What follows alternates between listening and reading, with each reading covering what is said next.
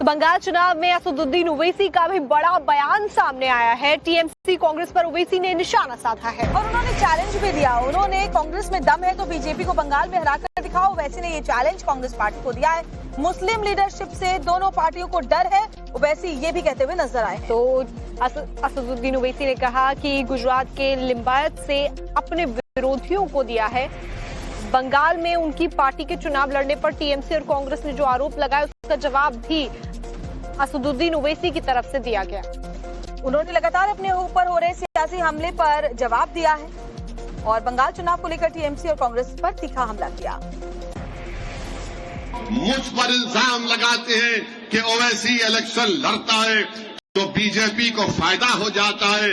अरे बंगाल में जाकर देखो, 294 सीट पर कांग्रेस लड़ रही है।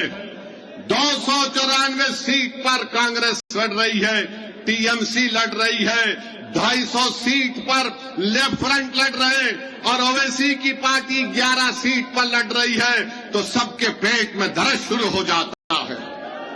294 सीट पर कांग्रेस लड़ती है, लेफ्ट फ्रंट 250 सीट पर लड़ता है, टीएमसी 294 लड़ती है, बीजेपी भी 294 लड़ती है। और सबको दर्द क्या है कि ये आखिर कौन है जिसके सर पे टोपी है, चेहरे पे दाढ़ी है, जिसकी जबान तेज तलवार की तरह चलती है। ये 11 सीट पर लड़ता है तो इनको दर्द शुरू हो जाता है।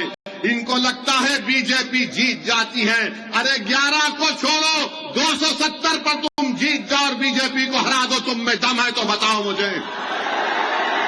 तुम कब तक इस समाज को रोकोगे कि इसकी लीडरशिप ना बने?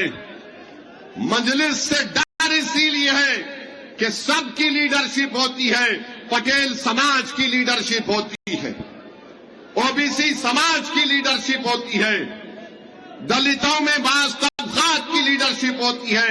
भारत में अगर किसी की लीडरशिप नहीं हो सकती तो जालिम लोग कहते हैं कि मुसलमान की लीडरशिप नहीं हो सकती है।